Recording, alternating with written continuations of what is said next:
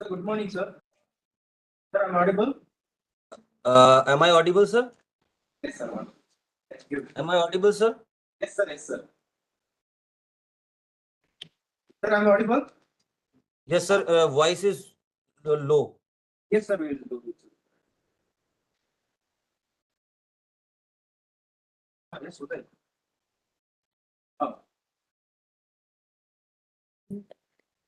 ಅದಲ್ಲ ಅವ್ರ ಇಮೇಲ್ ಬಂದಿದೆ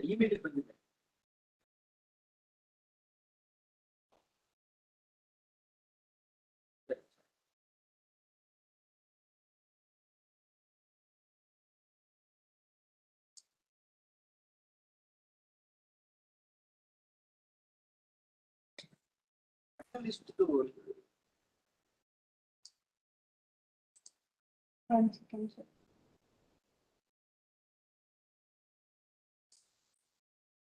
ಸರ್ 1 ಮಿನಿಟ್ ಸರ್ ಇದು ಪ್ಯಾನಲಿಸ್ಟ್ ಓಪನ್ ಮಾಡಿ ಇಲ್ಲಿ ಅದಕ್ಕೆ ಹೋಗ್ಬೇಡಿ ಸ್ಟಾರ್ಟಿಂಗ್ ಮಾಡಿ ಇದಕ್ಕೆ ನಿಮ್ದ್ರಲ್ಲಿ ಪ್ಯಾನಲಿಸ್ಟ್ ಅಲ್ಲಿ ಸೇಮ್ ಲಿಂಕ್ ಇದೆಯಾ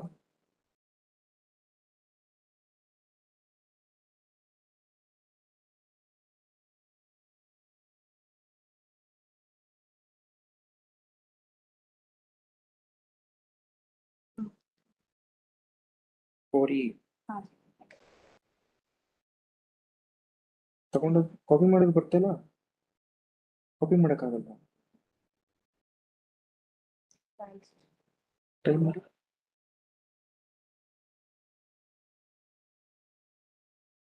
ಕಾಪಿ ಮಾಡಿ ಕಳಿಸಿ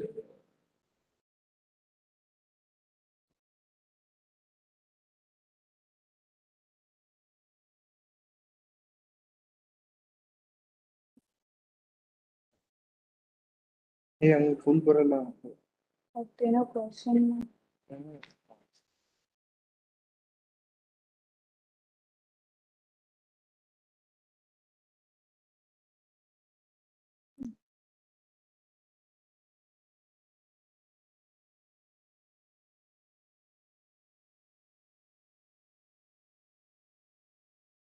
ಅಡಿ ನಾನು ಪ್ರಿನ್ಸಿಪಲ್ ಹತ್ರ ಬರ್ತೀನಿ ನೀವು ಅಷ್ಟೊತ್ತಿಗೆ ಮ್ಯಾನೇಜ್ ಮಾಡ್ತೀರಾ ಇನ್ನು ತಲೆನೇ ಕೆಡ್ಸ್ಕೊಬೇಡ್ರಿ ಏನಿಲ್ಲ ಇಲ್ಲ ಐತೆ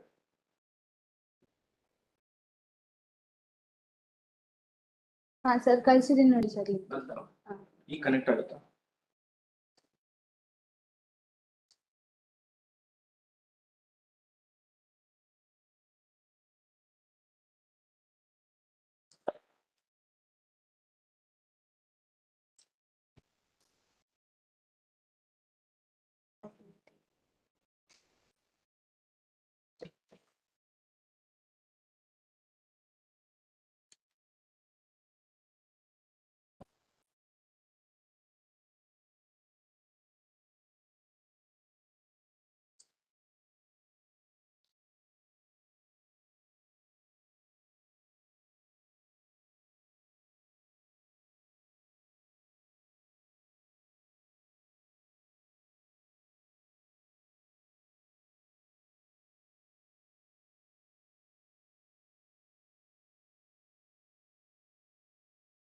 phone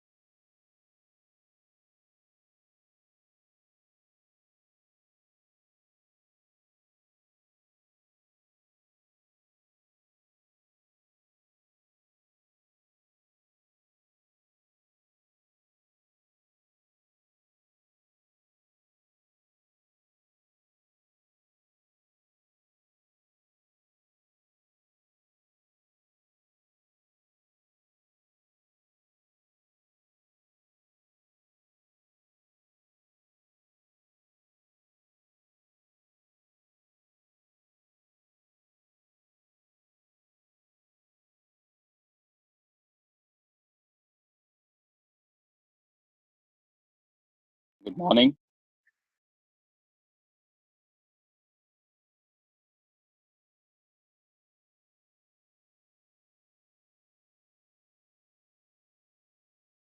Are we going to start or waiting for the resource persons and participants?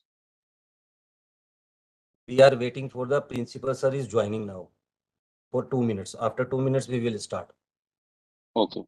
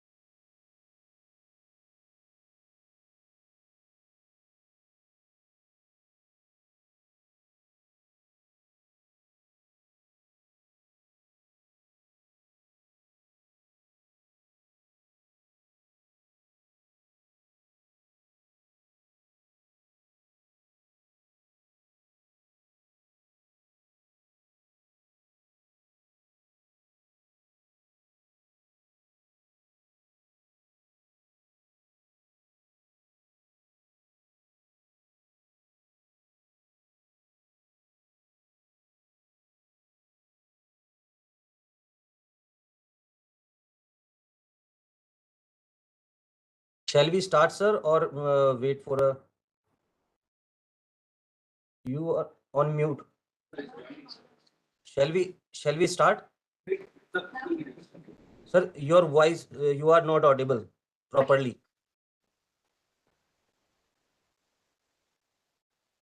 Sir, 2 minutes, sir. 2 minutes. Okay. Yes.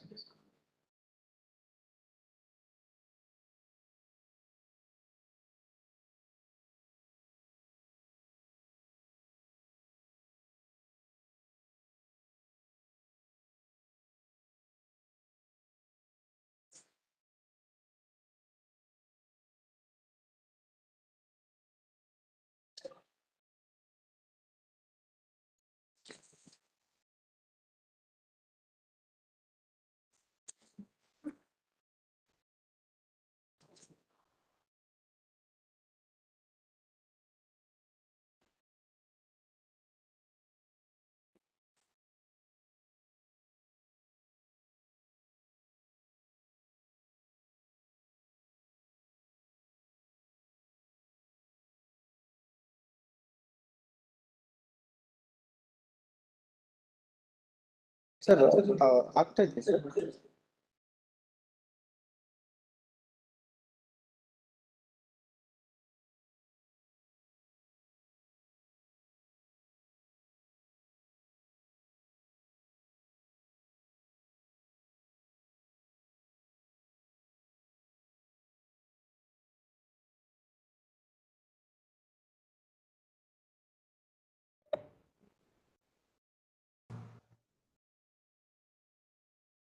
Very good morning to all the respected dignitaries, esteemed panelists, participants. On behalf of NIDM, I welcome you all to this webinar on Heritage at Risk, Addressing Environmental and Human Threats to Archaeological Sites, organized by the National Institute of Disaster Management in collaboration with the Research Center for Cultural Heritage, Heritage Club Research Forum, Department of History, KLE Law College, Karnataka. At the outset, I would like to welcome the patrons of this online webinar, Shri Rajendra Ratnu, IAS Executive Director, NIDM. I take this opportunity to welcome the conveners, Professor Santosh Kumar, Professor and Head Governance and Inclusive Disaster Risk Reduction, Disaster Response and Recovery, NIDM, and Mr. Praveen Kumar, K, HOD, Department of History, KLE Law College, Bangalore. Heritage at risk: addressing the environmental and human threats to archaeological sites is a complex issue that involves the preservation of heritage and the protection of archaeological sites both from both natural and human caused threats. Archaeological sites are vulnerable to damage from disasters such as the earthquakes, floods, erosion caused by the weather conditions, and climate change. These events can cause significant damage to archaeological sites, resulting in the loss of important cultural heritage.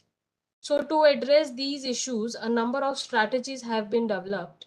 These includes the creation of legal frameworks to protect the archaeological sites, the development of conservation and restoration techniques, and the use of technology to monitor and protect sites.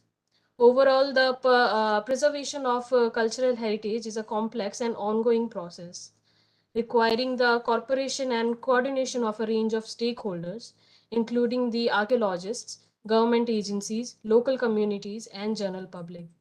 By addressing environmental and human threats to archaeological sites, we can help to ensure that our cultural heritage is protected and prevented from damages for future generations.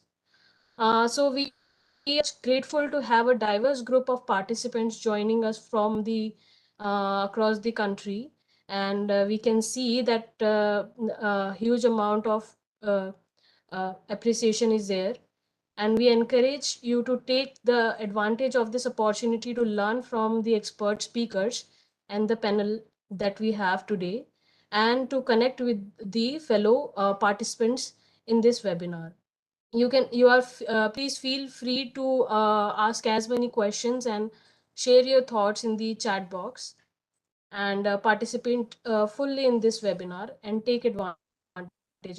So I now welcome Mr. Praveen Kumar, HOD, Department of History, KLE Law College, Bangalore, to take the program further.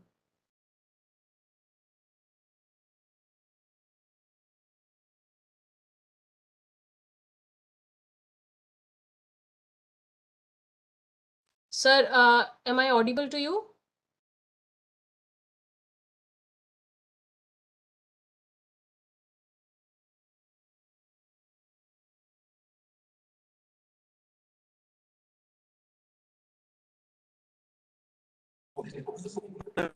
Can you hear me? Yes. Yes, we can hear you, sir. Yeah. Echo ಬರ್ತಾ ಇದೆ. Just see that. Can you hear me? Sir, yes, sir. We can hear you, sir. Good morning to everyone. Today, it's my privilege to conduct the webinar on risk at archaeological sites as well as historical sites. So today, we are gathered here to get a wonderful knowledge from the eminent scholars, Dr. V. Selvakumar sir and Dr. M.B. Rajani. So welcome to the webinar on disaster preparedness for heritage monuments and remote sensing and JS application for cultural heritage studies. As we know that the heritage monuments are essential cultural and historical landmarks that are vulnerable to natural disaster and human caused incidents. It is crucial to have proper disaster preparedness plans in place to protect these valuable assets. I hope in this webinar, we are trying to explore the best practices for the disaster preparedness for the heritage monuments and how we can leverage technology to protect the cultural heritage. So in this regard, our eminent scholar, Dr. Selvakumar sir, Associate Professor and Head of the Department of Maritime History and Marine Archaeology at Tamil University, sir will going to discuss the importance of disaster preparedness for heritage monuments and also He will share his expertise in the field and also provide insight into effective strategies and plans for protecting heritage monuments. So, on behalf of NIDM and RCCH and Heritage Club, I would like to welcome you, sir. Selva, sir. Welcome you, sir. And our one of the eminent scholar, today's eminent scholar, Dr. M.B. Rajani. She is the associate professor at the School of Humanities, National Institute for Advanced Studies, Bengaluru. Unfortunately, she can't able to give a presentation today, but she has sent a video to show us. So we will play after the session. So, madam, actually going to focus on the role of remote sensing and GIS application in the cultural heritage studies. She will again discuss the latest technology trends and applications that can aid in cultural heritage studies and how we can leverage these tools to better understand and protect our heritage. So, on behalf of all the institutions, organizing institutions, I would like to welcome MB Rajani to this session. So we hope that this webinar will provide a valuable insights and practical guidance for the professionals and individuals, those who are actually involved in preserving cultural heritage. So that's why join us to learn more about best practices for disaster preparedness for heritage monuments and the role of technology in the cultural studies. So those who are actually joining us, so I heartily I welcome you all the panelists as well as delegates for this webinar. Thank you very much. So without taking much time, so we'll over to next session. Yeah.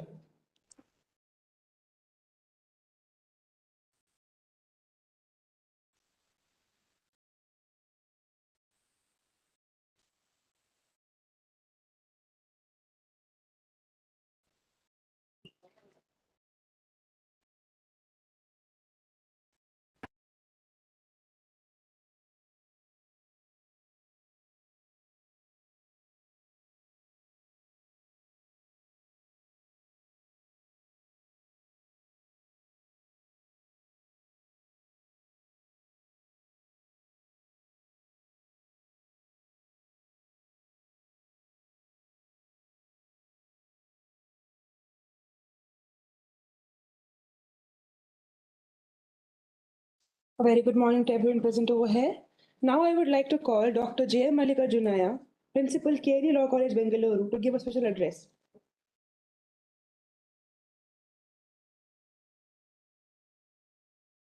Good morning, all participants.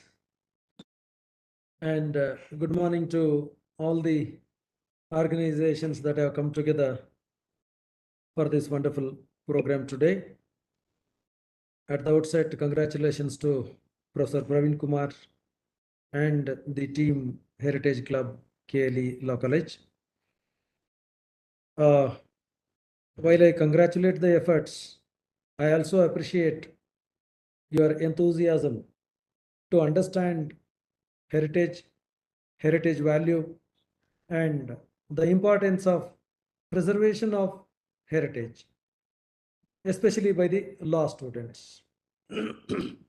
Though it may sound cliche, I must suggest lawyers who have been considered as social engineers must move out of the subject called law, because as I often argue and suggest, there is nothing like a special domain available to law. Lawyers bring their experience from the society, from other disciplines like history, economics, political science, sociology, whatnot. From all other disciplines of study, lawyers bring their experience and shape the course of law, in which history being a very important aspect, because as we often say, and that has often been proved, that to know the future, you must know the past. It is in this direction. Having been the favorite students of history subject, now that you would like to know more and more about heritage. 1 second. I'm sorry.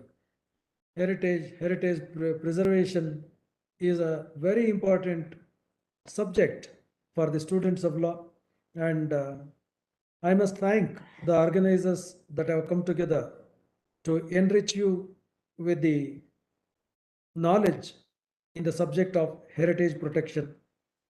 So I think I should make this appeal to you. Please go ahead and understand as much as possible from today's seminar and try to gather newer and newer things, newer and newer aspects. Carve out a role for yourself in making or blossoming the lawyer in yourself. I think with these general observations about the importance of today's program and also the role, the active role you shall be performing in today's program, I wish you all a very joyful learning experience, and I expect you to participate in the program with utmost sincerity and seriousness and try to gather as many points as possible to shape your personality. With these words, once again, I thank the organizers for giving me this opportunity and wish you all the very best. Thank you, Praveen. Over to you. You can take the sessions forward from here. Thank you, sir. Now I request Ms. Sambar to present the guest introduction. Thank you, Meghna. Dr. Selva Kumar is a faculty member in Department of Epigraphy and Archaeology, Tamil University, Thanjavur. He completed doctoral research and postdoctoral research from Deccan College, Pune. He was a faculty member at Center for Heritage Studies, Tripunithura, Kerala, from 2003 to 2007, and NTICVAM, Nehru Trust for Indian Collection at Victoria and Alberta Museum awardee, alongside being a visiting researcher at Center for Maritime Archaeology, Southampton University. His research interests include archaeology of India, prehistory, heritage management, maritime history and archaeology, archaeological theory, heritage management, history of science and technology, Indian ocean cultural interactions, and eco-criticism. Sir has also worked in projects like Pattanam Archaeological Research Rock Art, a Nehru Trust, and has published over 30 articles. I would now like to pass the mic over to Sir to deliver his lecture.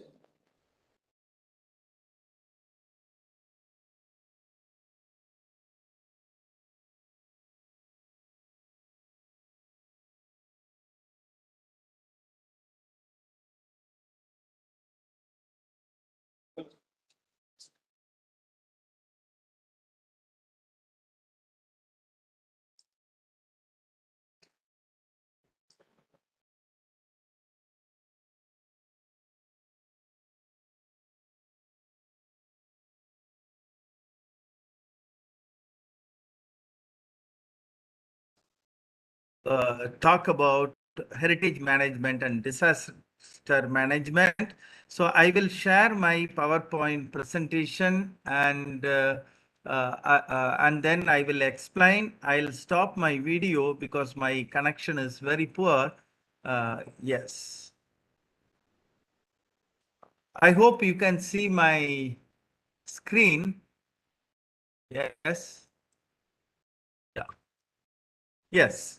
Heritage management and disaster management. These are two important components that are combining together nowadays in the contemporary context to preserve our heritage and to preserve especially from the disasters created by human as well as natural agencies. Before getting into the finer aspects of disaster management, let's see what is heritage. Heritage has many components.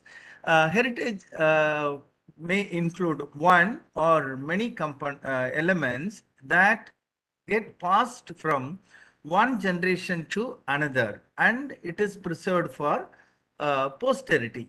Heritage is something which we inherit from our ancestors, something we inherit from the previous generation that we wish to hand over to the future generation. So heritage is very much part of our culture. So we have another term called culture. So culture and heritage, they are interrelated. And, so the same way culture, when it is, culture is sometimes it can be created new also. So we create culture by taking the elements that are inherited as well as by adding new elements. Culture is constantly changing. Similarly, heritage is also changing.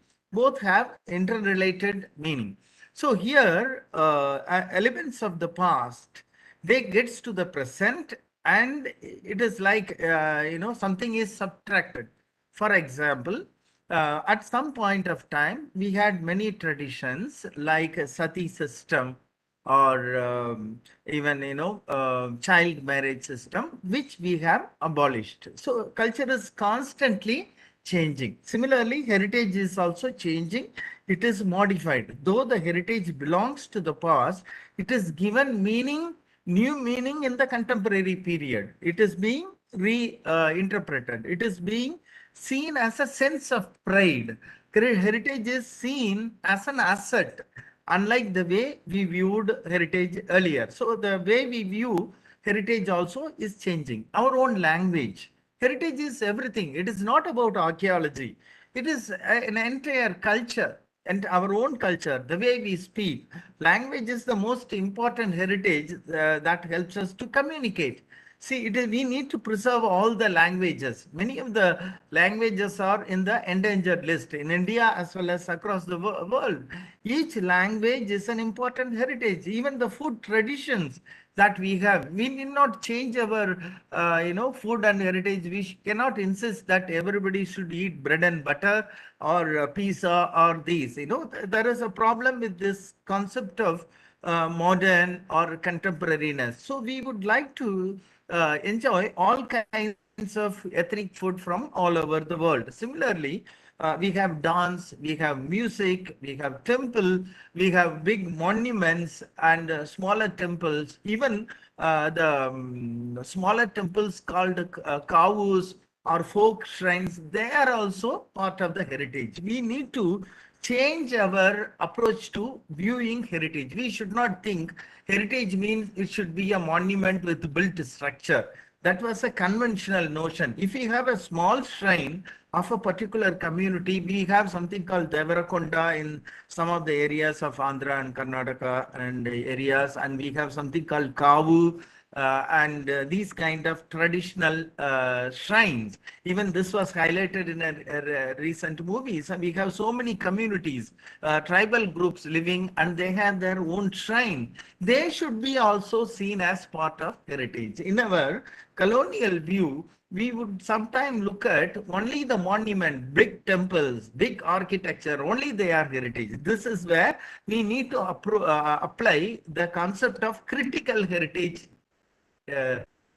studies. Critical heritage studies tries to look at everything from a different perspective, unlike the AHD. I'll be talking about it later. Authoritative heritage discourse, in which certain earlier UNESCO as well as part of the World Heritage, only certain monuments in the Western countries were given importance.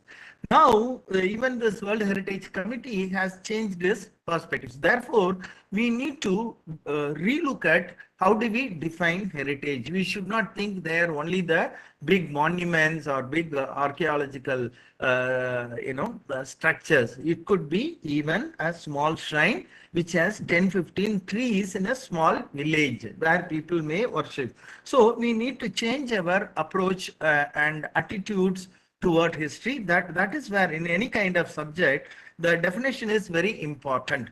Conventionally, we divide heritage into natural and cultural heritage.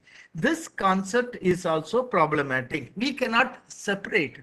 We are humans are also part of nature. We are also part of nature. Earlier, archaeologists used to study human environment paradigm, which has been remodified into ecological paradigm, in which we try to see culture as part of the environment. We cannot build a dichotomy of culture versus nature. Although we classify natural and cultural heritage as separate, they are very important. We should not forget the idea of holism. Then we will come to cultural heritage, which is divided into tangible heritage and intangible heritage. Again, this should be handled with very care because we have this tangible heritage covering monuments, temples, and sculptures, and material culture and archaeology. Intangible culture related to music, dance, language, food culture. And also there is something called living culture, living cultural tradition, which is also very important. Suppose we have a dance culture, for example, we have beautiful dance cultures in the temples. Can we really, excuse me, one second. Yes. இப்போ நான் Bhavani madam பாத்துங்க அழகுடி வந்து நான் மதியம் இருக்க மாட்டேன் sir 2 பேரும் கால் பேசி பண்ணிட்டு நம்ம இல்ல நான் மீட்டிங்ல இருக்கேன், ஏதோ உங்களை பேச சொன்னேன். Sorry for the problem. Okay, interruption, brief interruption. So okay, yeah. So here the idea is, suppose we have a dancing sculpture in Brigadishwara temple.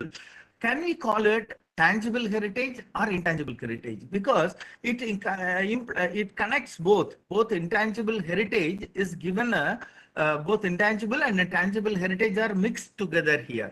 The intangible heritage is given a tangible form. That is how we should see.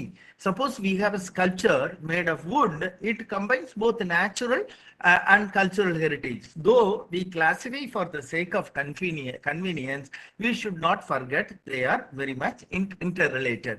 This is where we have critical heritage studies that is being advocated by many scholars, Rodney Harrison from UCL and several other research, Lawrence Smith. They are talking about authorized heritage, authoritative heritage discourse or authorized heritage discourse, in which certain kind of monuments only promoted as important heritage remain. This is where we need to relook at the heritage remains to cover all kinds of communities of the societies. Therefore, what I am trying to argue, we need to decolonize, deconstruct some of the concepts created in the early time, and we need to relook at them critically. This is where I highlighted the necessity for looking at the definitions carefully. What are the forms of heritage? We have different forms of heritage. We cannot think heritage is only the national level. Heritage can also be at the local level. Suppose if a community lives in a village, they may have some important heritage in their own shrine, where recently the film of Kanda, I think that highlighted some of the local tribal heritage dance form. So these kind of shrines or communities are also important. So they also should be treated as part of the heritage. Next is the regional heritage, heritage of a particular region. Sometimes people from different areas, they may come together to celebrate a festival. For example, many jatras are held in Karnataka. Similarly, we have Kumbh Mela, we have Mahamaham at Kumbakonam. So that kind of sites are linking people from a broader region. So they become regional heritage. People from all over Karnataka or all over Tamil Nadu may come, all over Andhra may come, Kerala may come, like we have Shabarimala. So they can also become different levels of heritage. Their role, even from the sometime they could have been only a local heritage, a monument or a temple, can become the regional heritage or national heritage at a later time. Then we have World Heritage Monument. Here, regional heritage refers to the heritage at the district level or broader regional level.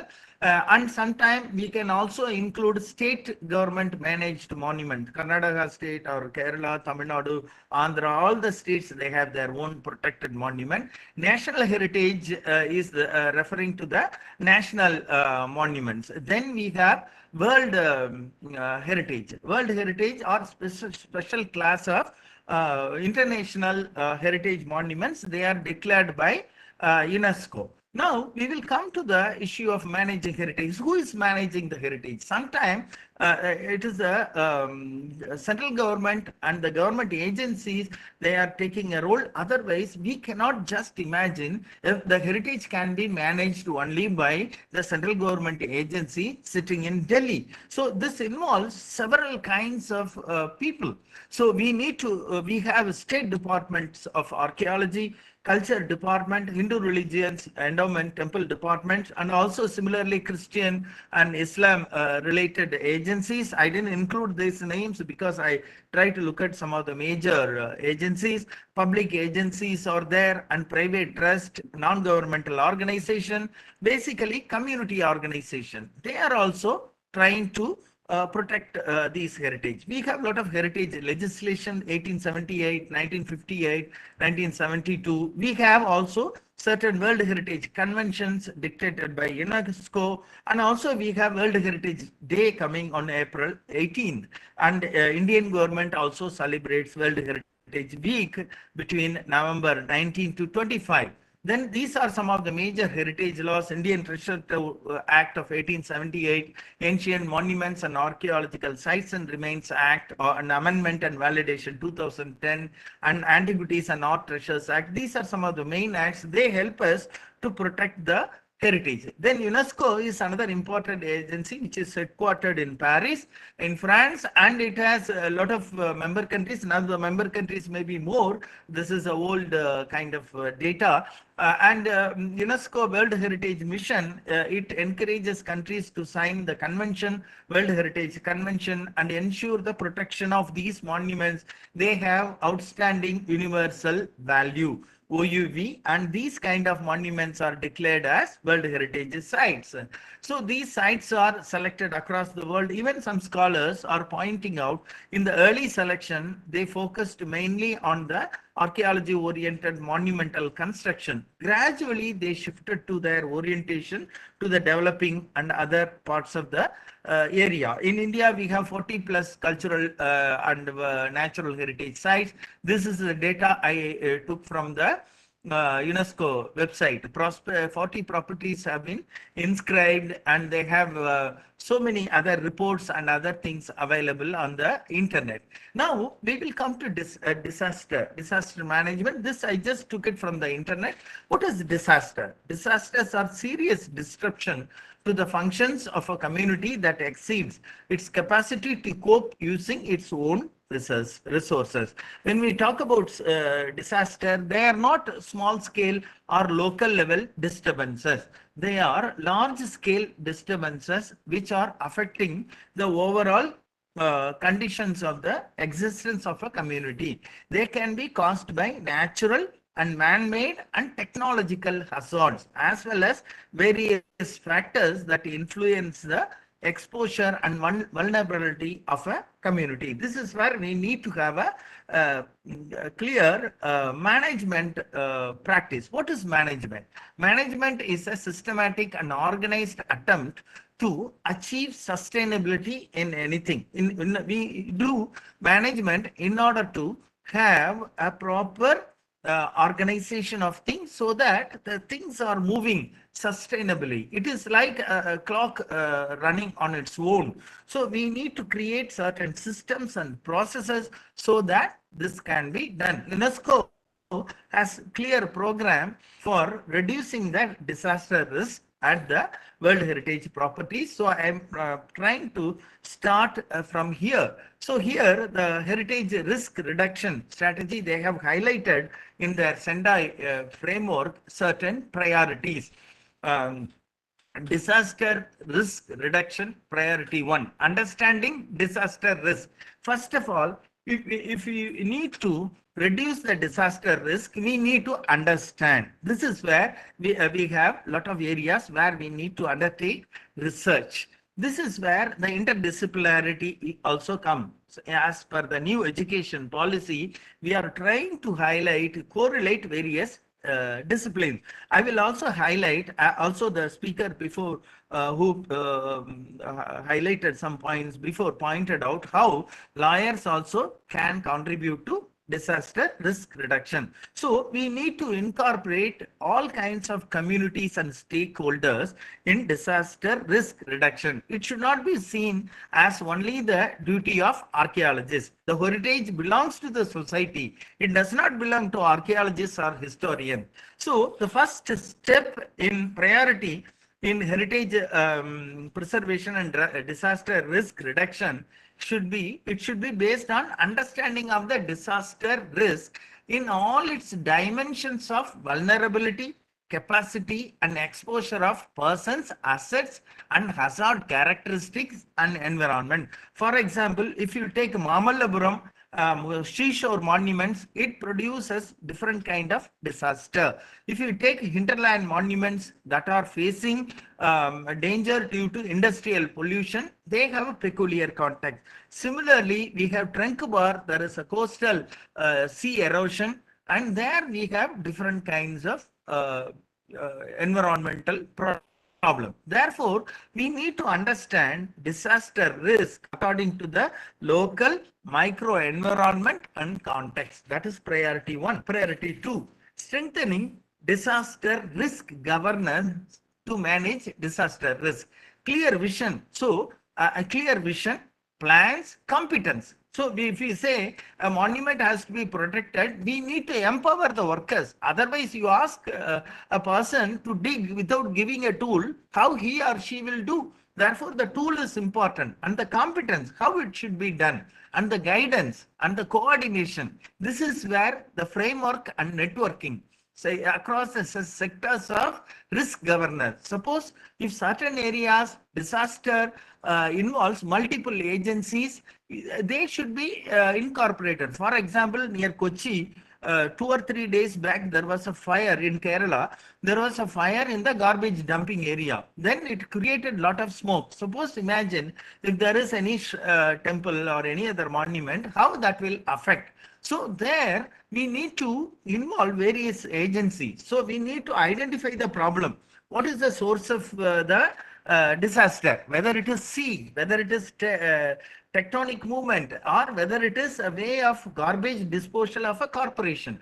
So sometimes we are trying to centralize everything. Suppose if the garbage can be disposed at local level, we try to collect everything. So, and it becomes a big problem. Suppose, let's say if a college principal wants to take lectures for all the classes, all the departments and classes, he is overloaded. Similarly, if you are going to collect all the garbage from a particular urban area, say Bangalore, or in one area, then we are creating a lot of bigger disaster. Bigger, we are creating a mammoth. Then the result also will be dangerous. That is why sometimes we have to try to create solution at the local level. So fragmentation is one concept that can be used for, instead of creating a Frankenstein monster, you create a Frankenstein ant. That's what I would say. So you try to solve the problems locally. Don't centralize everything. So we need to strengthen the disaster risk governance to manage disaster risk. So we have to, for each thing, we have to plan accordingly. See, for example, when we are giving permission for building houses, we have to make sure we are not giving permission in the area where there is a heritage monument or where there is a lake of old type. We should not divert our drainage into the lake. Therefore, this is where we need to have proper coordination between corporation. I always argue that all the corporations and municipalities, they should have a heritage officer, or at least if there is somebody, we need to create awareness. This is not there. Sometimes archaeologists or historians are doing lone furrow. This will not work. We need to create a network. This is where networking is very important. And investing in disaster risk and reduction resilience. One problem is money. Anything that you want to do, it involves money. We need to have public, private. This is where we need to have clear policies, and we have to have clear understanding. We need to have clear framework. Public and private investment in disaster risk reduction is a cost-effective mechanism. You cannot expect government to do everything, because I've been associated with the administration within Tamil University, and I am also associated with some of the state archaeology department. As people who are involved in administration, we know, like the way public expect, we cannot expect the government to make us omelette and serve bread and butter every day morning. It is not the duty of the government. You cannot expect government to invest everywhere. So we need to have some kind of system where we generate resources and solve the problems at the local level. Similarly, fundraising can also be done at this level. For this, we need to have clear policy. Finally, enhancing disaster preparedness. We need to be prepared. Suppose if we have a roof constructed out of perishable leaves, we should have something to prevent fire. So we need to have a bucket of sand if there is fire. So this is what disaster preparedness. So basically, understanding and creating a system, empowering the staff, raising funds, and enhancing disaster preparedness for effective response to build back better in the recovery. So we should be ready to be any kind of eventuality. Suppose a disaster happens, I can also tell you a case where in Kumbakonam there was a school in 2004, I think. The bird, many children were killed because they had a kitchen nearby the thatched roof structure. So similarly, we need to be very careful that whenever we build some infrastructure, we should anticipate this. Therefore, we should also take care of different kinds, segments of people.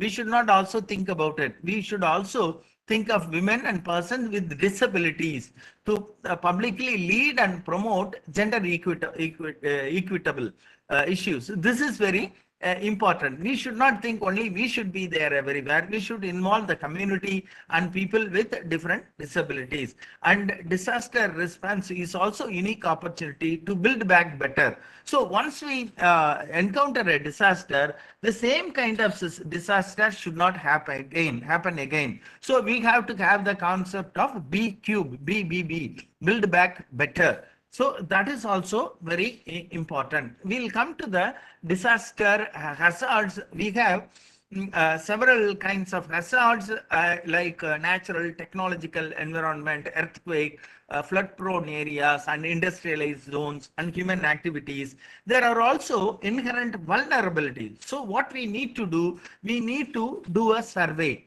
So World Heritage Monument, they plan. See, only thing is we have to sit and think, brainstorm with the local community and the stakeholders. What are the disaster risks in this area? I have also written a paper because near Bragadishwara temple, there are so many vehicles are passing on. It is creating, a kind of situation where people cannot move into that. So in each of the level, our own institutes, we can, even this particular institution also can do. See, even the government is now creating a policy where we do PhD dissertation, MPhil dissertation, MA dissertation just for getting mark and grade. We never think of social relevance. So we have to take up these kind of topic for research so that we give back some solution to the society. In my opinion, many of the academic institutions across India should take up disaster management as one of their research initiative. They should encourage the students to go to the field and survey and think on their own. We cannot just keep the students in the class and deliver lectures and give certificates and grade. They have to face the real world. They have to understand. This is where our research initiative should synchronize with, seamlessly link with these kind of policies, heritage management as well as disaster management policies. So there are inherent vulnerabilities at the sites and its environments, and we need to document. This is because vulnerability, I am reading the UNESCO documents statement, vulnerability is related to a diminished capacity to anticipate and cope with and respond to the impact of given hazard. and it is determined by the factors that can be more easily influenced. Risk awareness, existence of appropriate response capacity. Suppose if there is a crowd coming, what will you do? We can also involve police department. Suppose there is a festival, we know what happened in many festivals. There are calamities, sometimes disasters. We should also see this as part of heritage. Suppose if people are assembling in Kumbh Mela, that the crowd should be managed. So they should look into different people. So this is what happened. Even the Hajj journey, the pilgrimage of the Muslims, they are also doing a lot of management. So we need to think of such management so that people's lives are not affected. Ultimately, what is the point of preserving heritage? It is also preserving the interest of living population. So living population's interest should be preserved. That should not be compromised at any cost. That's what I am trying to argue. UNESCO, they the strategy for risk reduction at World Heritage Properties. It was presented and approved in the World Heritage Meeting Committee in 2007. They say heritage plays a crucial role in fostering resilience by reducing vulnerabilities and also by providing precious assets for the sustainable socio-economic development of an affected region. So we should also take care of this kind of issues that are faced by a community and all that while we are managing heritage and disaster. Natural hazard, we have a lot of natural hazard like earthquake that have affected. For example, in Nepal in 2015 April, there was an earthquake. It killed so many people, injured, and heritage monuments were also affected. And then scholars were trying to rework on their monuments, architects, and all these people. Similarly, Kathmandu earthquake I spoke. Similarly, fire in the royal palaces in Benin in West Asia happened in January 2015. From that, they also learned some lessons. We'll be talking about it later. Then coming to this natural hazard, we have different kinds of natural hazard. One is earthquake, and the second we already mentioned, coastal incursion. Coastal incursions or sea level changes have always happened, and they have now also scholars say that researchers say that there will be sea level rise. Some of the coastal towns will be affected all across South India. In that case, what we are going to do? Whether we can, should we wait for some time? See, sometimes these kind of data and statistics are proposed, but we should be prepared. Suppose, let us assume near the area of Trankubar, I'll be showing some images later, and Mamalapuram, let's say the sea is going to come 1 kilometer inside. So then what we should be ready. We need not immediately anticipate and shift the monument. We should be ready to do something in such an eventuality. We should think about it. See, why we are talking about disaster risk reduction, at least we should think. Nobody thought about the tsunami.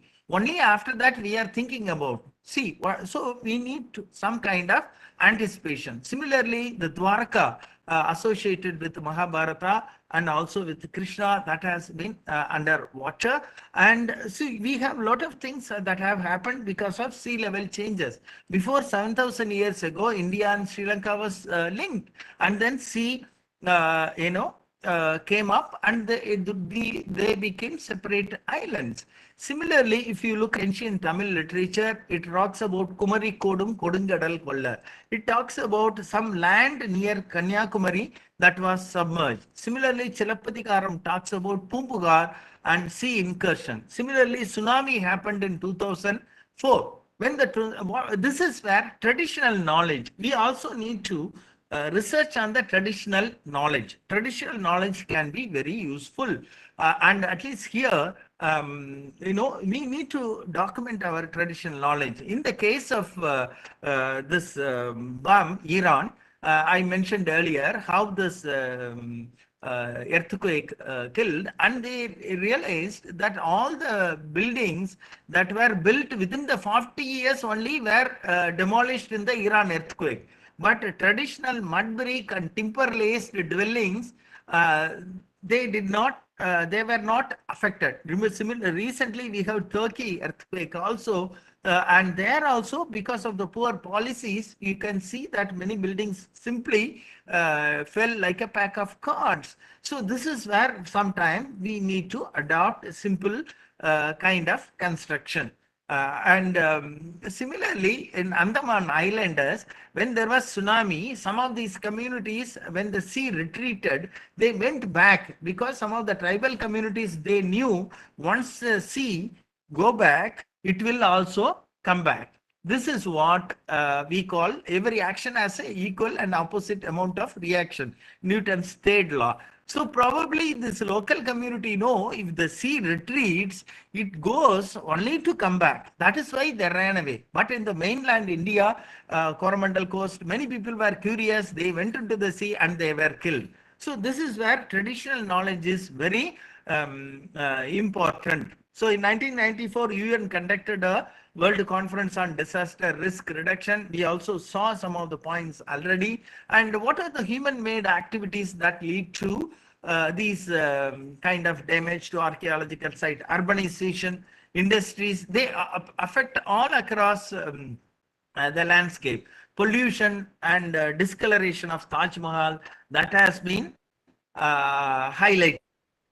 This is also one of the problems. So when we cannot deny urbanization and industries, they are also very important, and pollution and discoloration of Taj Mahal, they have taken several steps. So we have to take action to mitigate and reduce the risk. This is the image I wanted to show of Mamallapuram, where sea has come in, they have built a groin wall all around, and what happens because of this, some of the fisher folks settlements have been taken away. Suppose if it really happens, let's say, I wish it should not have happened, but let's say if sea comes 2 kilometers inside, what should we do? We should be prepared to lift the monument. If it gradually happens, lift the monument maybe in 2 kilometers. I'm just saying a theoretical possibility, or we should leave. Even in this monument, there are also other problems. Salt action. Since these monuments are located near the sea, the salt wind attacks these rocks and the salt get deposited, and then it causes disintegration.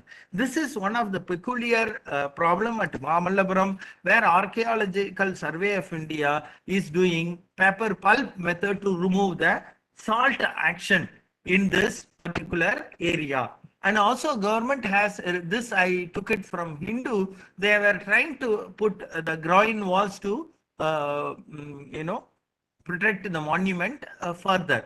So the coastal environment is one major problem which is also affecting many of the fisherfolk communities, and the government is taking all round efforts. Similarly, Tarangambadi, there also they have built these kind of groin wall, and by depositing, and that has seen some area, because of this deposition, in some other area erosion happens, especially in the coastal area we have a lot of vulnerability.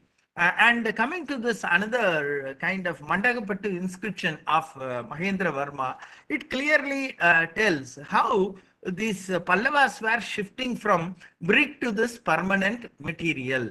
So this Sanskrit inscription says, Etat Anishtagam Adrumaloham Asutam Vichitra Chittena Nirmapitam Nirpena Brahma Ishvara Vishnu Lakshitaya Ayatanam.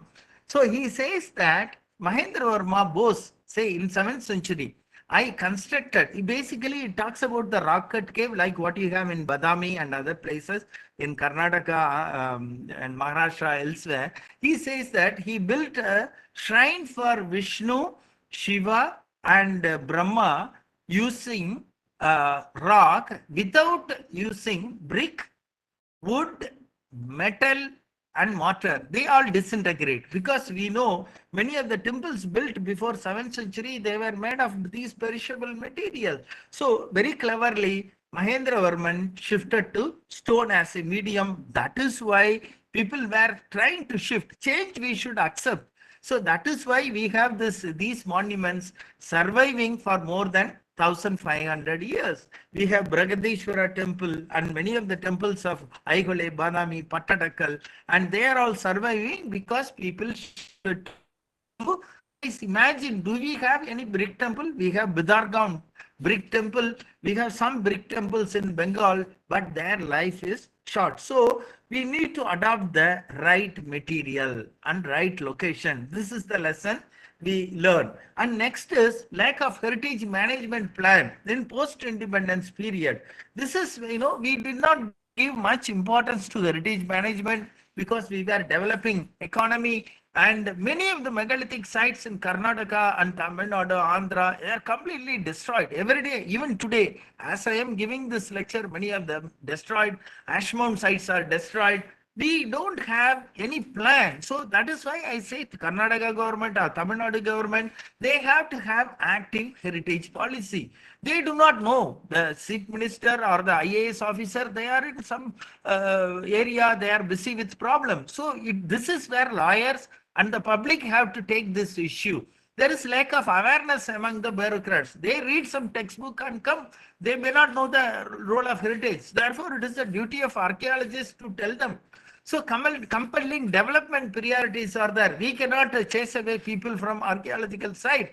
People are very important. So we did not have proper archaeological conservation infrastructure, lack of trained resource person. Earlier there were scholars researching on Karnataka archaeology. We have very few people now. So we need to strengthen the archaeological site, protect them. Lack of funds, no, fund is not the problem. No, lack of plan. Lack of plan is the problem. We did not create anything. Similarly, agricultural urban expansion, it destroys many sites, and we have development priority. We have to work with people. And sometimes people get scared if there is any archaeological remain, their property will be taken. No, we need to work a methodology so that we can work with people. So this is also a kind of disaster in the sense here I am extending the meaning of disaster. Disaster need not happen in one day. A disaster, everything starts in a point and then it becomes a big issue. Similarly, this becomes a big issue later. So gradually people are urban expanding. Similarly, when an urban center is expanded, they build houses in the lake area. Same thing happened in Chennai. So awareness creation is very important, and we need to strengthen archaeological activities in an intense space among the state government and also in the central government and in the universities. Similarly, water bodies are also very important. When we talk about heritage, don't dissect monument on the archaeological site. If there is a water body built during the Chola time, Pallava time, or Chalukya time, that is also heritage. Don't why do you want to exclude water bodies? Can we fill all our water bodies, build houses? No. This is where we need to have environmental sensibility. In Pudukkottai, there is an inscription which says, even if we fight among ourselves, we will not cut trees. That is a reference occurring. So similarly, we should also protect irrigation and natural water courses. For example, river Kaveri, all the rivers, we should be very sensitive so that our cities and towns should not pollute. What I am trying to argue, don't identify the problem of heritage as separate. They are problem of the larger society. Then when you are approaching this as a problem of the society, then it will be paid attention by the society. Similarly, archaeological tourism, sometimes people go to the archaeological site collecting. So this also we need to create awareness. Nowadays, everybody wants to post their, their name and fame coming in Facebook, Twitter, they take it. So that should be preserved. We should not disturb archaeological site because archaeological sites are historical record. They have in future, after 50 years, our future generation will undertake research so that we should identify, we should educate people for non-interfering use. Only problem is How will we do that? If you enact a law, it blocks people from doing day-to-day activities. This is where we need intermediaries for the preservation. So this is where I come to the next part. So it is apart from disaster management, we should have a documentation. Suppose if we want to preserve a monument, suppose something happened overnight, something collapsed, where is the documentation? This is where we need to have proper documentation and display, and also create heritage education and promote tourism. Digital documentation, digital archaeology is a method. Similarly, museums are houses of heritage education. We should make our museums interesting. Now, ASI has many museums. Lothal in Gujarat has a museum. Adichanallur government is creating museum. If you go to Kerala, there are a lot of heritage projects. So we have not really showcased our heritage. I visited Taiwan once, where they have made a beer factory into a beautiful museum. So how will we, get resources? We need to think. We need to create some kind of heritage awareness among the people. Another issue is visitor management. You know how disasters sometimes happen. Sometimes visitor intensity can affect a monument. For example, in Tanjavur Bragadishwara temple, there are paintings, people wanted to visit, everybody, and then they started fighting. Then ASI created an interpretation center. So you can do such kind of measures. Similarly, Padmanabhapuram Palace in Kanyakumari, where there are numerous visitors, if you don't control the visitors, then the monument will be destroyed. See, the monument will be destroyed. So this is very important. So we need to always manage the visitors. So we need not, that is why we don't promote tourism everywhere. So we have to very carefully build a strategy for heritage management to disaster reduction. So UNESCO also has highlighted some measure.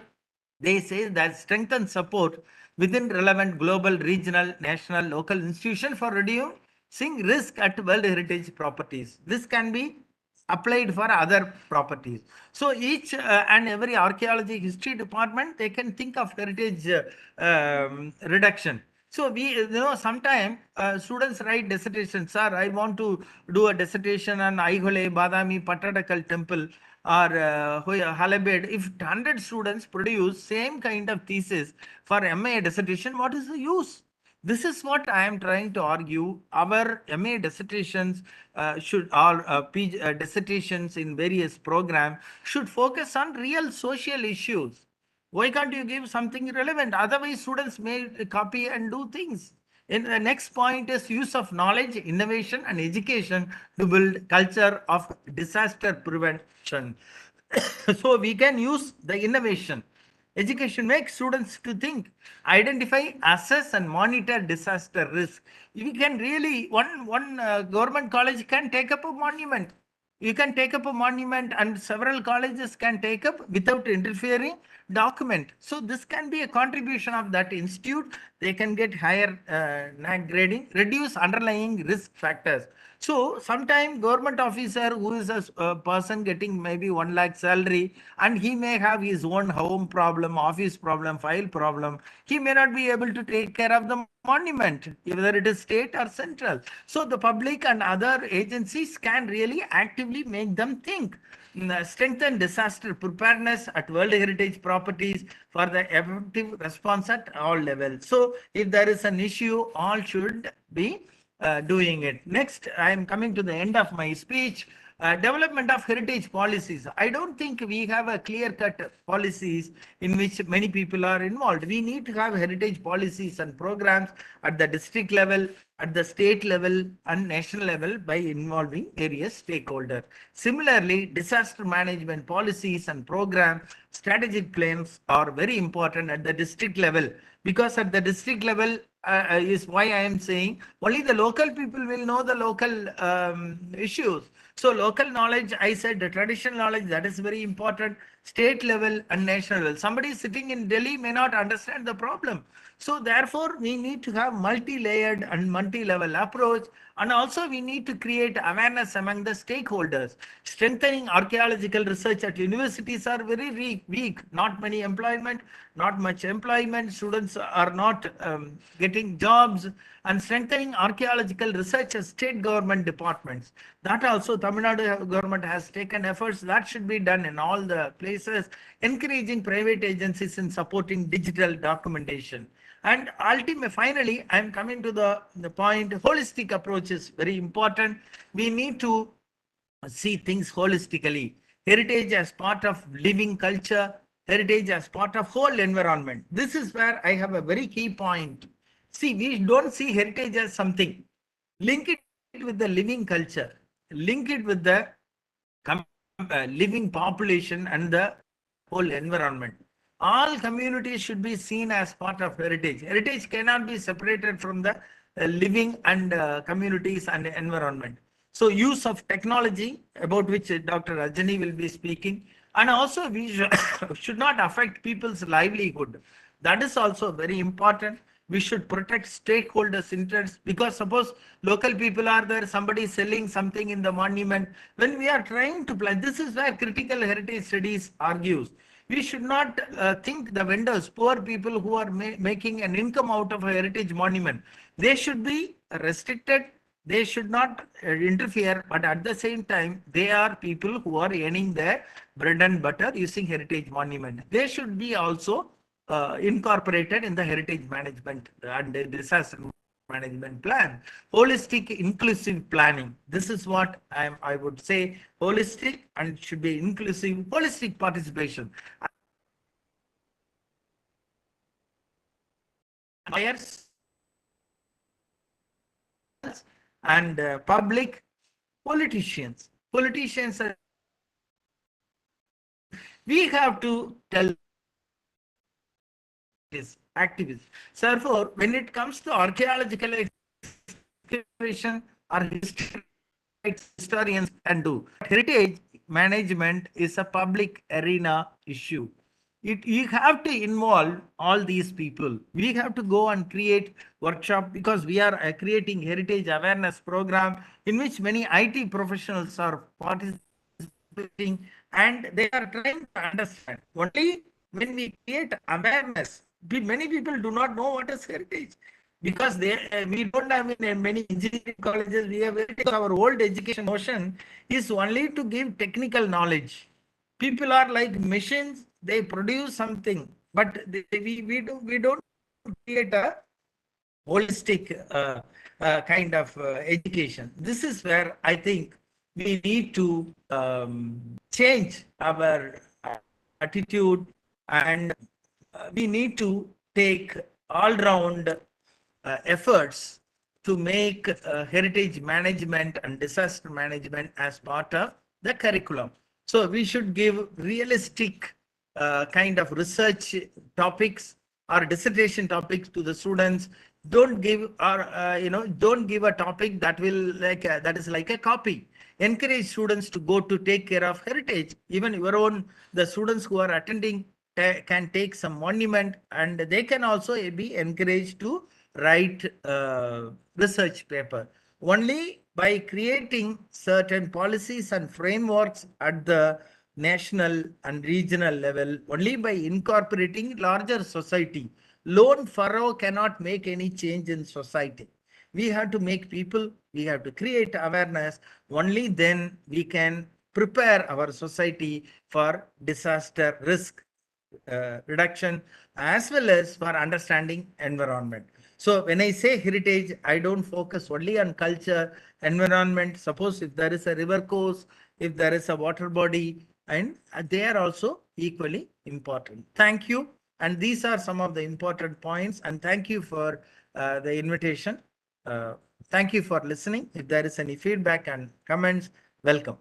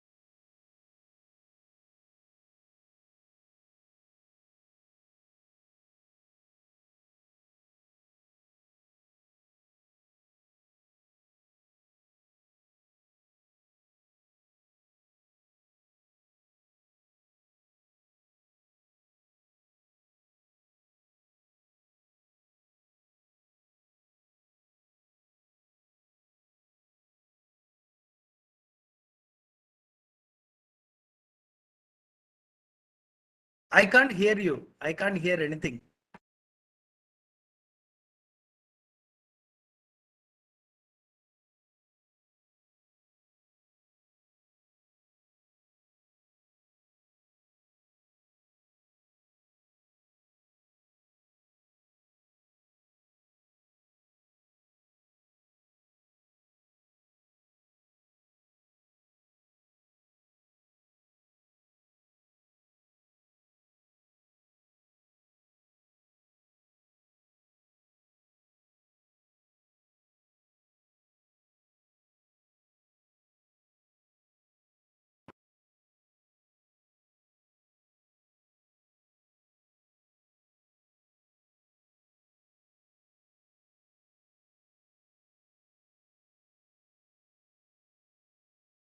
Yes, sir.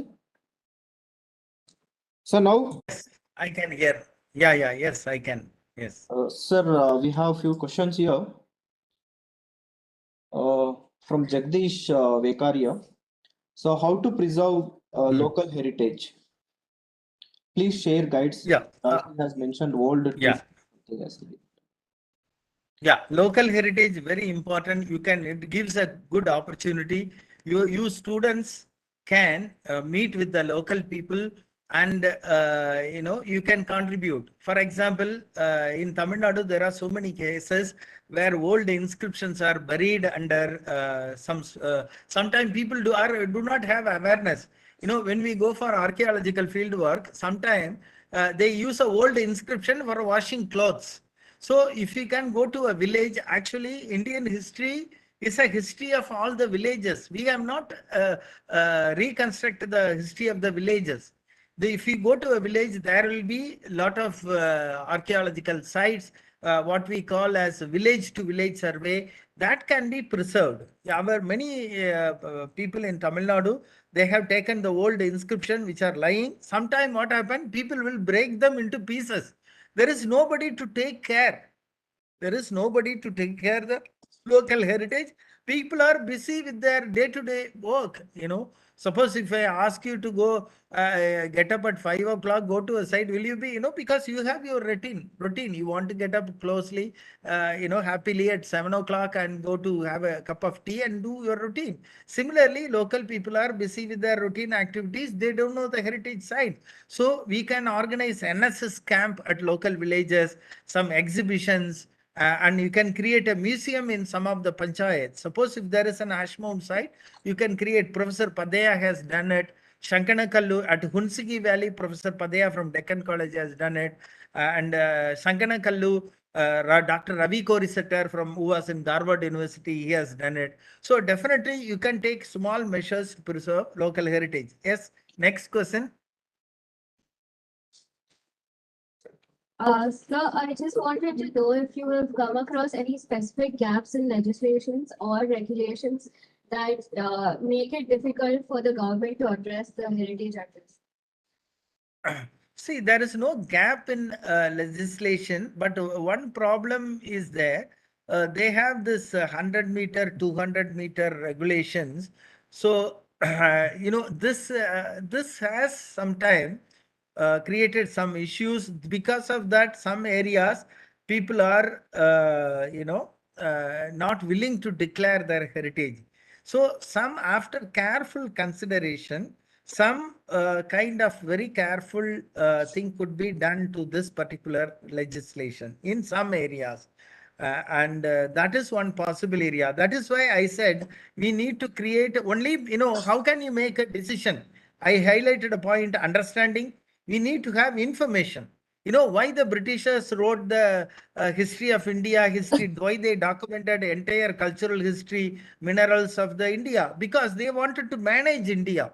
When the British came from 18th century, they tried to they create railway, roadway, survey of India, so many things, because understanding. They wanted data.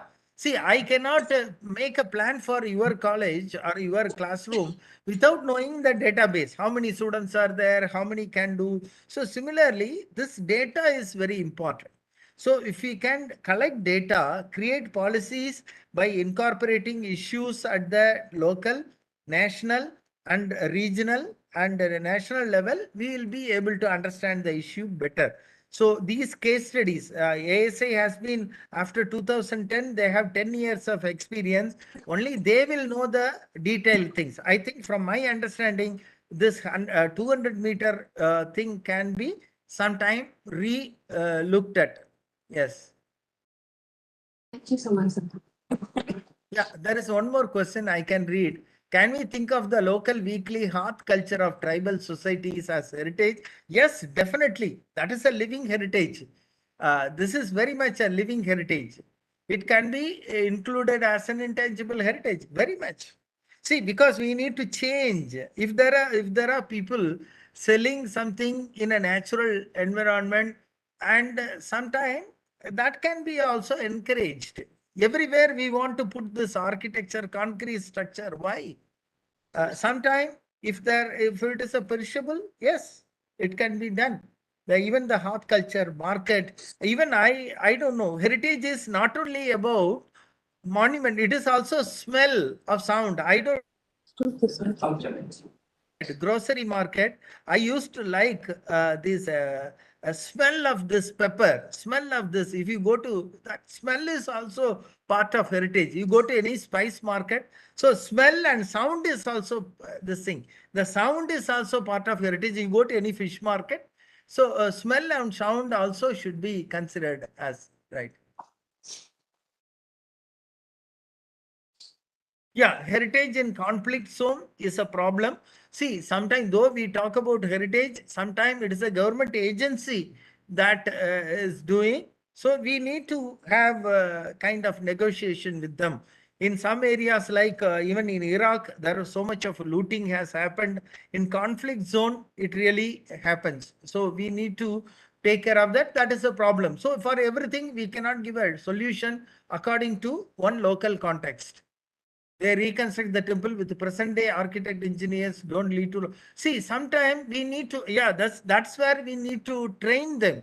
See, we need to train the architect in a traditional material and we can really do that. So that is where I would also suggest some of the archaeological courses can be integrated with history and architectural conservation. So that they will have a better understanding. If we can train archaeologists as architects also, that can be very good. In the new education policy, in some of the institutions, they should come forward. If there are 4 years course of BA, they can teach 2 years archaeology, 2 years heritage.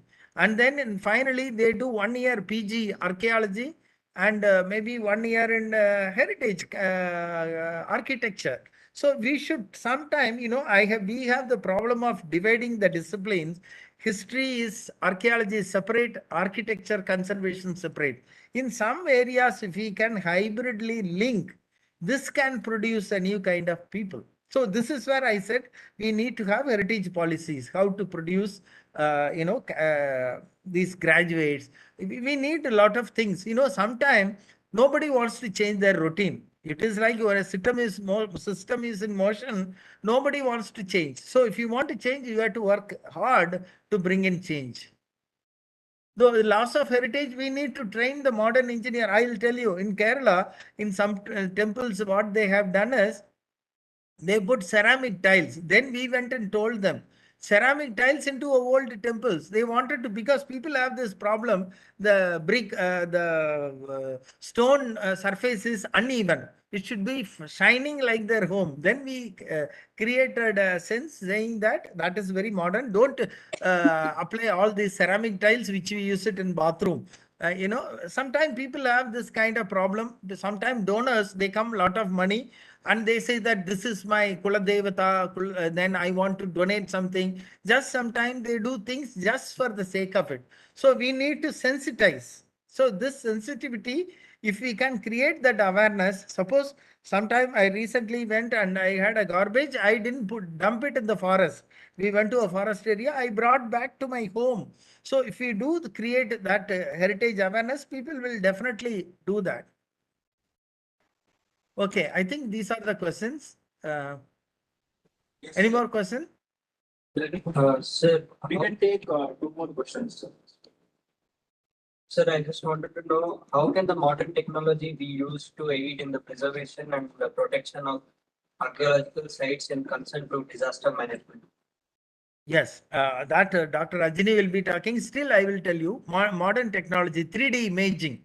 See, if you want to prove the best thing, if you are constructing a house, fire department, before giving you permission, it will ask you a plan of that house, so that if there is any disaster plan of apartments. Same way, we have not prepared a proper 3D imaging of our old temples or monument. The documents, preparing a map, this is also very important. So only by preparing all these digital document, this can be accessed from anywhere. So by preparing, this can be one GIS tool can tell you. So it can also, we can do some projection. Suppose if there is, let's say, if we want to do along the coast, we can do simulation. If suppose if sea level changes, sea level rises 1 meter, how many areas of the coast will be affected all across India? How many monuments will submerge? So suppose again, let's say we are trying to shift Mahabalipuram temple another 5 kilometers. So we can do it thoughtfully. So technology can help you to plan and organize. So this digital modern technology, 3D images can be archived and it can help you to do all these kinds of things.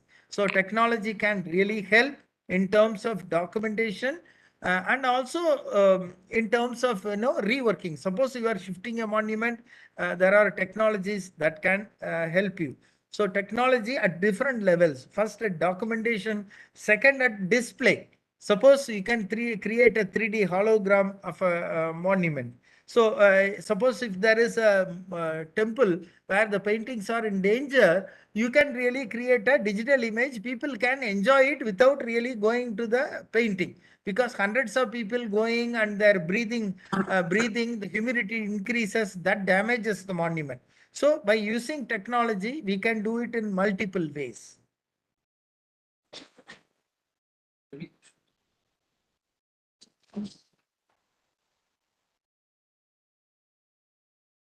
Can you see some questions, sir, in your screen?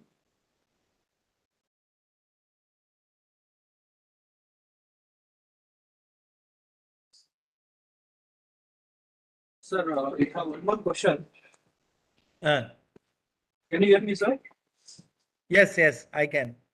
In considering the heritage site like a Hampi, the trying to reconstruct the temples with present architecture, don't it lead to loss of original heritage?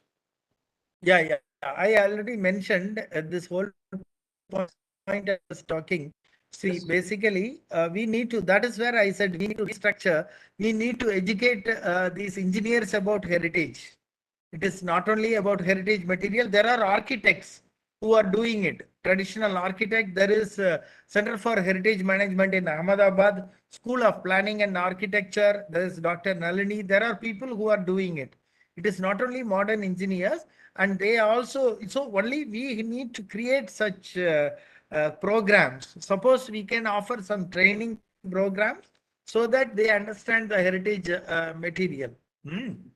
Okay.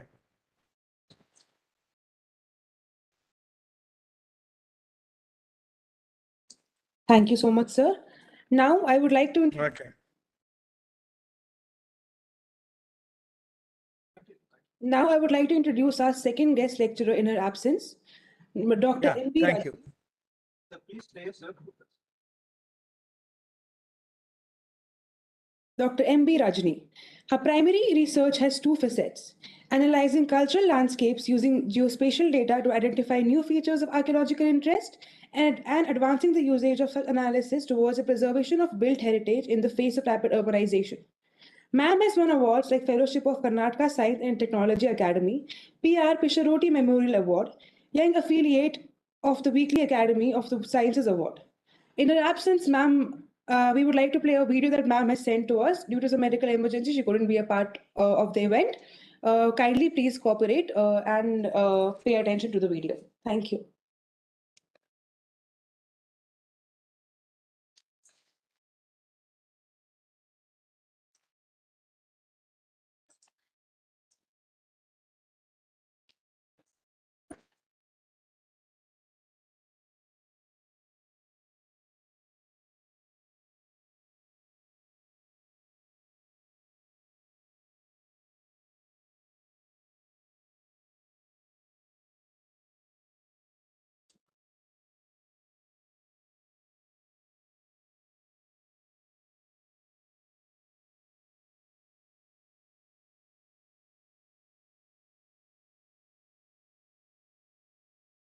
There is no voice, sir.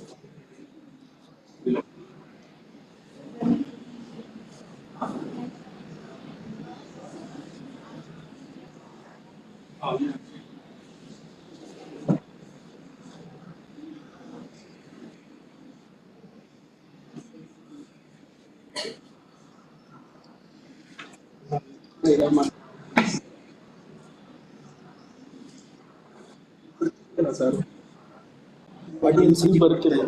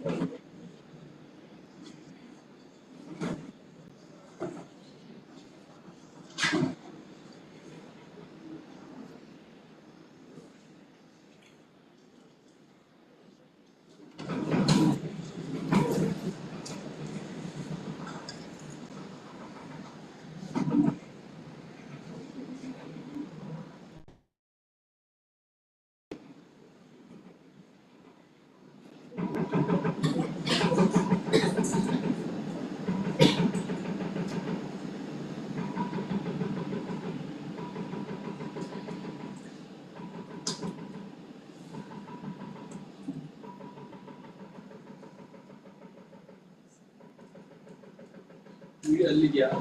ಅಲ್ಲೇ download ಆಗಿರೋದು ಅಲ್ಲಿದ್ಯಾ?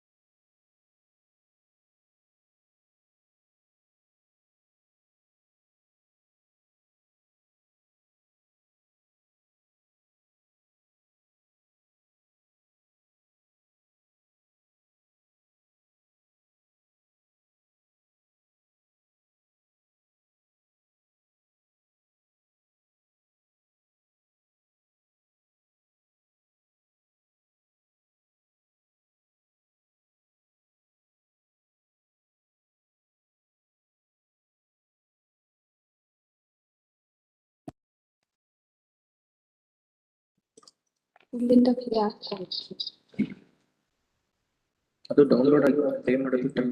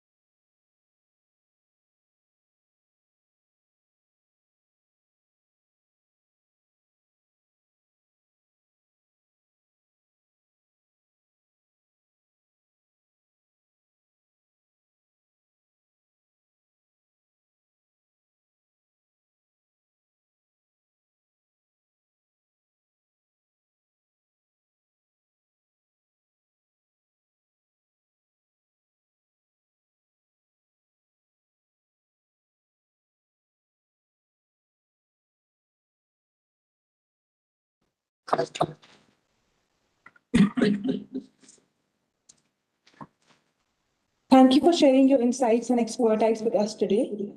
Now, I would like to call upon Ms. Bhumika Ji, Student Vice President, Heritage Club, KAD Law College, to give the vote of thanks.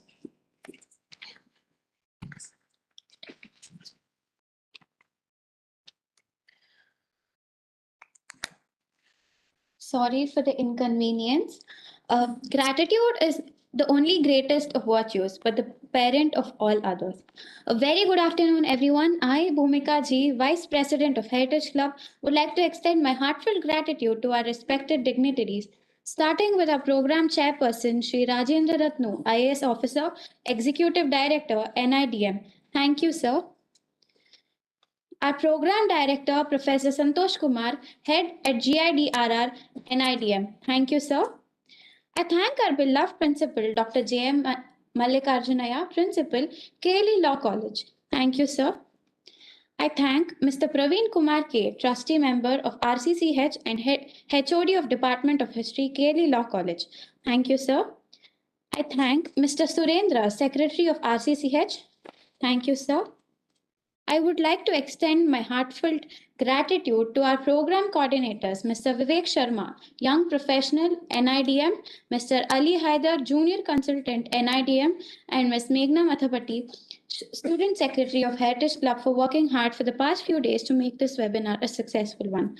I would also like to thank the IT team of NIDM for their IT support and assistance.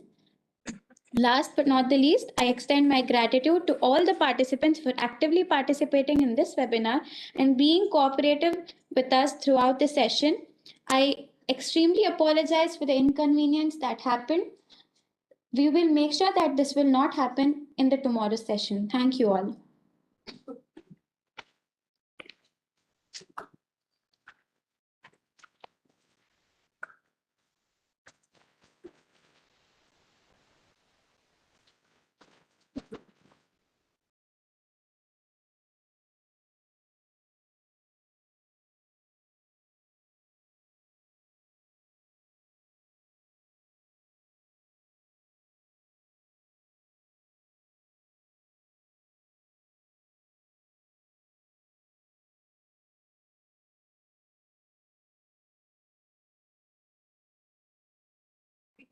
Everyone leave the meeting.